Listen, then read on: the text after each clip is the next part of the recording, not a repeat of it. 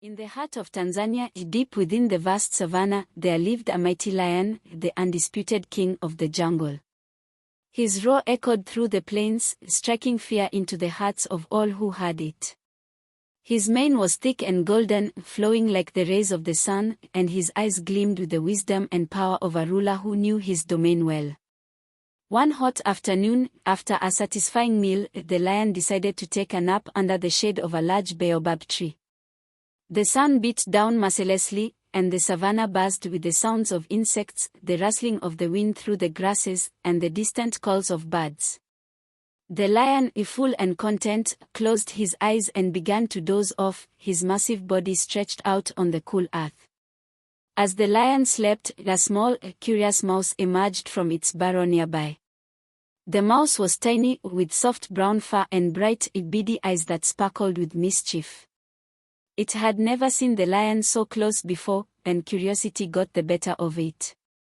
The mouse crept closer and closer to the sleeping giant, its tiny paws barely making a sound on the ground. The mouse, emboldened by the lion's deep slumber, decided to play a little game. It darted around the lion's enormous paws, climbed onto his tail, and then ran up his back, all the way to his mane. The mouse tugged playfully at the lion's thick mane, not realizing the danger it was in. Suddenly, the lion stirred in his sleep, and with a swift movement, he trapped the tiny creature under his massive paw. The lion opened his eyes slowly, looking down at the trembling mouse pinned beneath his paw. The mouse squeaked in terror, realizing the gravity of its mistake. It struggled to free itself, but the lion's paw was too heavy, and it could only look up at the lion with pleading eyes. The lion, now fully awake, gazed at the tiny mouse with a mixture of amusement and irritation. "How dare you disturb my rest?" he growled, his voice deep and menacing. "Do you know who I am? I am the king of this jungle, and I could crush you with a single swipe of my paw." The mouse, shaking with fear, desperately began to plead for its life. "Oh mighty lion, please spare me. I am small and insignificant, and I meant no harm. If you let me go, I promise I will never forget your kindness. Who knows, one day I might be able to help you in return." The lion was taken aback by the mouse's boldness and the absurdity of its promise. The idea of a tiny mouse helping the mighty lion seemed so ridiculous that the lion couldn't help but chuckle. "You help me," he said with a hint of mockery in his voice. "How could a creature as small as you possibly be of any help to me?" But as the lion looked into the mouse's frightened eyes, something softened within him. Perhaps it was the mouse's courage to speak up, or perhaps it was simply that the lion, in his heart, was not as cruel as his reputation suggested. He lifted his paw, releasing the mouse, and said, "Go on then, little one. You are free. But remember your promise." The mouse, overjoyed and grateful beyond words, scampered away as fast as its tiny legs could carry it, disappearing into the tall grass. It thanked the lion repeatedly as it ran, vowing never to forget the mercy that had been shown to it. Days turned into weeks, and the incident with the mouse soon faded from the lion's memory.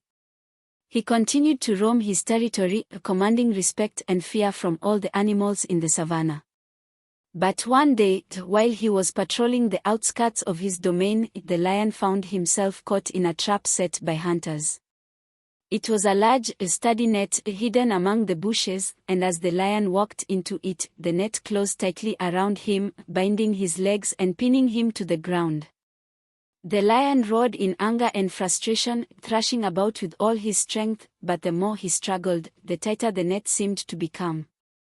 He was well and truly trapped, and for the first time in his life, the mighty lion felt helpless. As he lay there, exhausted and defeated, the lion heard a rustling in the grass nearby. To his surprise, the tiny mouse he had spared weeks earlier emerged from the undergrowth.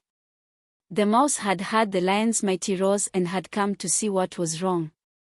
When it saw the lion trapped in the net, the mouse knew it had to help. Without hesitation, the mouse began to chew through the thick ropes of the net. Its sharp little teeth made quick work of the fibers, and though the ropes were tough and strong, the mouse was determined. It gnawed and chewed with all its might, slowly but surely weakening the net. The lion watched in astonishment as the mouse worked tirelessly to free him. He couldn't believe that this tiny creature, whom he had once considered insignificant, was now his only hope of escape. Finally, after what seemed like hours, the mouse managed to chew through the last of the ropes. The net fell away, and the lion was free. The lion stood up, shaking off the remnants of the net, and looked down at the mouse with a mixture of gratitude and amazement. "You have saved my life," he said, his voice filled with respect. "I underestimated you, little one. You have proven that even the smallest among us can be of great help." The mouse smiled up at the lion, pleased that it had been able to repay the kindness shown to it. "You spared my life when you didn't have to," the mouse replied. "I could not forget such a generous act. We may be different in size and strength, but we all have something to offer." From that day on, the lion and the mouse became unlikely friends. The lion, who had always walked alone, now had a small but loyal companion. And the mouse, who had once been afraid of the mighty king, now walked beside him with pride, knowing that they had both learned something valuable from each other. And so, the lion and the mouse lived in harmony, each respecting the other's strengths and understanding that no act of kindness, no matter how small, is ever wasted.